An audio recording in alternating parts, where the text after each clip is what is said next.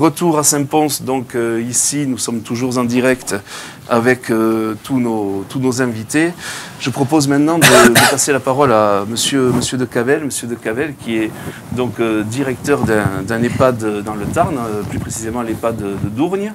Un EHPAD engagé, m'a-t-on dit, hein, avec pas mal de mesures en faveur de l'approvisionnement local et de l'alimentation de qualité. Une adhésion aussi au dispositif Tarneco EHPAD, me semble-t-il. Donc on va rester sur ce format d'une petite dizaine de minutes, mais si vous pouvez effectivement nous en dire un petit peu plus, présenter un petit peu plus cet engagement, et puis par quels actes, par quelles actions ça se traduit. Merci et je vous remercie à l'ensemble des participants et surtout le parc régional de m'avoir invité à cette table ronde. C'est toujours un plaisir de venir et de partager les expériences et aussi de s'enrichir au contact à la fois des acteurs de la restauration collective et aussi surtout de l'ensemble des producteurs et des filières. Donc je suis Cédric de Cavel, je suis directeur de l'association Les Arcades à Dourgne, qui gère un EHPAD et un foyer de vie pour personnes handicapées vieillissantes. Et avant ça, j'ai aussi exercé mes fonctions de directeur d'établissement dans différents EHPAD du Tarn. Ça m'a permis d'avoir quelques expériences autres et diverses.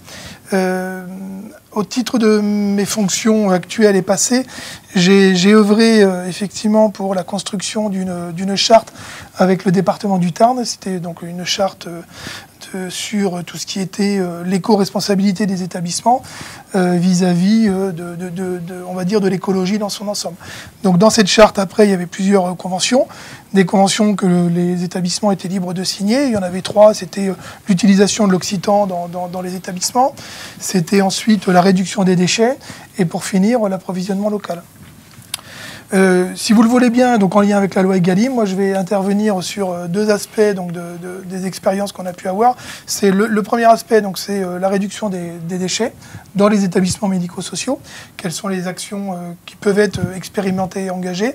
Et ensuite, le deuxième aspect de l'intervention serait sur l'approvisionnement local. Hein, quelle incidence ça a dans le quotidien, à la fois pour les cuisines, les convives, à la fois pour nous en tant que gestionnaires d'établissement. Donc l'ensemble de ces aspects. Donc par rapport à la réduction des déchets, donc ce que je voulais donc dire et insister, c'est de déchets. C'est la première question, c'est de savoir de quoi on parle quand on parle de déchets dans un établissement médico-social. Les déchets ont sans doute varié, mais il s'agit de savoir les quantifier, les catégoriser pour savoir où est-ce qu'on peut engager un certain nombre d'actions. Donc, grâce à l'action du département et des services du département du Tarn, on a pu, en 2012 et en 2016, catégoriser les déchets dans 4 EHPAD tarnais, ce qui a été très enrichissant et on a pu ensuite, de manière très concrète, engager un certain nombre d'actions en vue de limiter à la fois la production des déchets et, dans un deuxième aspect aussi, avoir, je dirais, un circuit de valorisation du déchet. L'idée était à la fois donc, de diminuer quand on le pouvait et ensuite de valoriser si on le pouvait aussi. Donc je ne vais pas m'étendre sur tout ce qui est autour des déchets de soins ou des déchets, on va dire, de consommation classique, mais je vais me focaliser sur les déchets de cuisine et de restauration.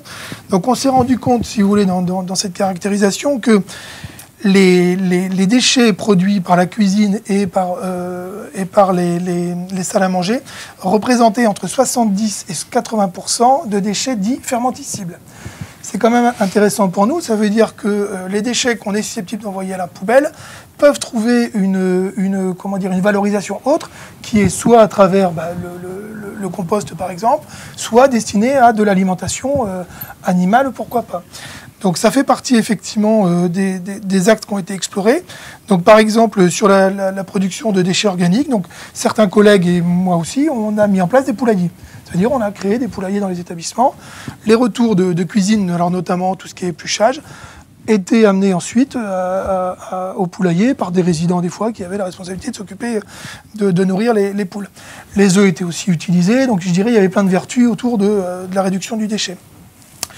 D'autres établissements ont fait le choix du compostage. Donc, alors là, je dirais même à échelle quasiment industrielle. C'était vraiment des composteurs énormes, avec un agent d'entretien dédié au compostage, avec des systèmes de clayettes qu'il fallait déplacer pour faire mûrir le compost. Bon, vraiment, là, on n'est pas dans le compostage, je dirais, familial, que l'on a dans son bout de jardin.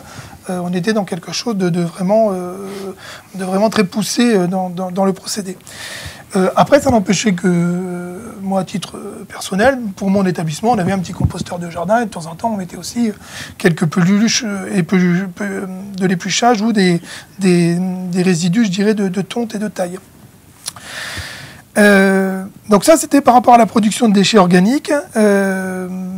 Un autre exemple par rapport aux déchets organiques, là, l'établissement dans lequel je suis aujourd'hui, quand je dis aussi alimentation animale, c'est qu'on a un partenariat avec des chasseurs sur la commune, et les restes de retour de salle à manger, là pour le coup pas de cuisine mais de salle à manger, sont destinés à nourrir les chiens d'une communauté, alors je ne sais plus comment on dit, mais d'une société de chasse. Voilà, donc ça marche plutôt bien, et alors j'ai eu du mal à le quantifier, je voulais le quantifier avant l'intervention et j'ai eu un petit peu de mal. Ce que je peux vous dire, que les chiens sont très bien portants, ont un poil très soyeux, et apparemment les chiens sont très heureux. Bon, nous l'objectif c'était quand même aussi là de limiter les déchets qui partaient dans une poubelle, qu'il fallait collecter, qu'il fallait ensuite traiter au niveau du département. Donc bon, je dirais il y a tout un, je dirais plein de vertus à avoir une valorisation très locale de nos déchets de salle à manger. Ce que je voulais aussi, le point que je voulais rajouter par rapport à la caractérisation des déchets, donc je vous ai dit 70-80% des déchets qui étaient dits fermentescibles.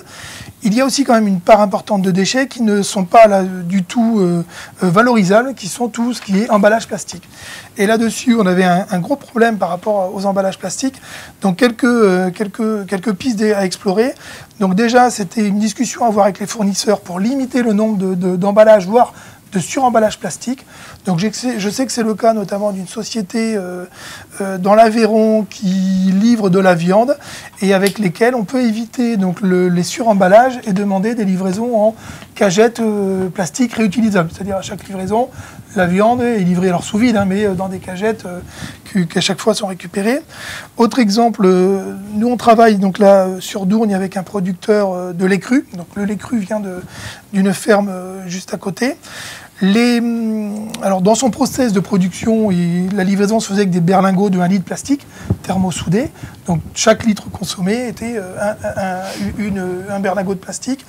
Donc après discussion avec le producteur par rapport à sa capacité à revoir son système de production, moi je lui ai demandé si on pouvait envisager donc des bidons de 5 litres de plastique réutilisable, c'est-à-dire qu'on lave, qu'on désinfecte et qui nous reviennent de manière régulière.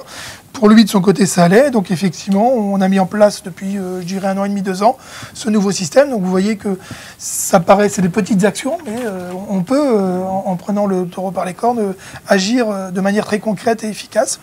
Je veux dire aussi que sur cet aspect-là, c'est validé par les services vétérinaires qui, lors de l'inspection de cet été, n'ont rien eu à redire sur ce mode de livraison et de contenant, si ce n'est juste un étiquetage qui était un petit peu à revoir. Donc on a refait faire des étiquettes sur nos bidons.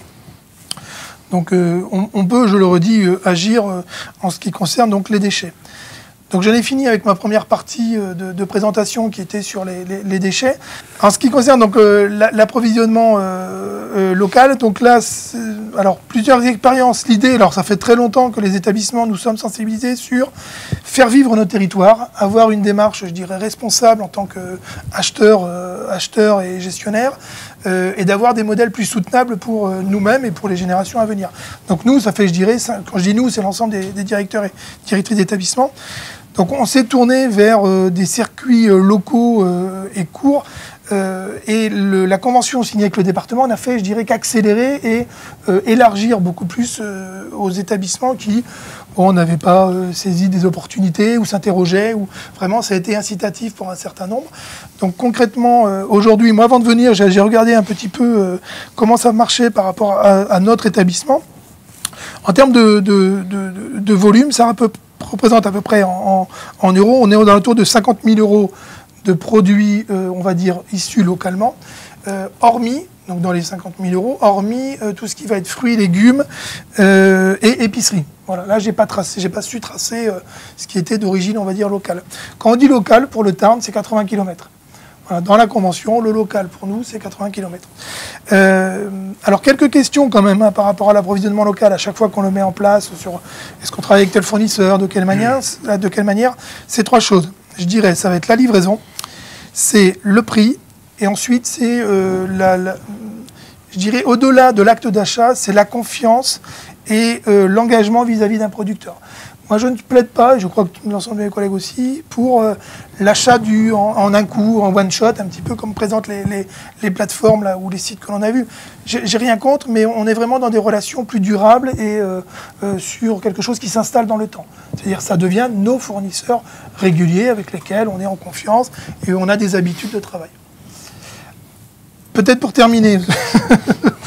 Donc, par rapport à l'ensemble des présentations et avec un petit peu le recul de nos expériences, je dirais qu'il y a quand même quelques difficultés. La première, c'est la complexité et l'ampleur du travail de retracer les fameux 50% ou X% pour nous, pour avoir le label ici priorité aux produits locaux. Je veux dire par là, il faut imaginer que quand les cuisiniers font un acte d'achat auprès d'un fournisseur, ils se retrouvent avec des fois 50, 60 produits référencés sur une facture. Donc déjà, les fournisseurs ne sont pas en capacité de nous dire si c'est de l'IGP, de l'AOC ou que sais-je encore. Première question. Et ensuite, ce travail de retraitement de la facture pour justifier un X% ou X euros d'issue locale. Ça, c'est le premier point. Donc ça, effectivement, c'est quelque chose qu'il faudra s'interroger. C'est la manière dont on peut répondre à nos obligations, mais avec l'incapacité qui nous est faite aujourd'hui de pouvoir y répondre. Et ensuite, deuxième aspect, et là je voudrais élargir sur, j'entends tout ce qu'il y a derrière la loi Egalim, qui est, je le redis, de quelque chose de vertueux et d'éco-responsable, et que pour nous, gestionnaires d'EHPAD, ça va bien au-delà que de la simple question de l'alimentation et de ce qui tourne l'alimentation. J'ouvre là la porte et la réflexion sur tout ce qui va être les économies d'énergie, avoir quand on fait des opérations de construction et de rénovation, des matériaux utilisés beaucoup plus responsables et écologiques. Ça va être sur privilégier, je sais pas moi, tout ce qui va être des déplacements ou de la visio, enfin déplacements avec des véhicules, on va dire plus verts ou des systèmes de visio, etc. Je vous remercie, j'ai terminé mon intervention. Merci à vous en tout cas, et puis en tout cas on voit que c'est une belle aventure et on souhaite vraiment de bonne continuation dans cet engagement. Je vais passer...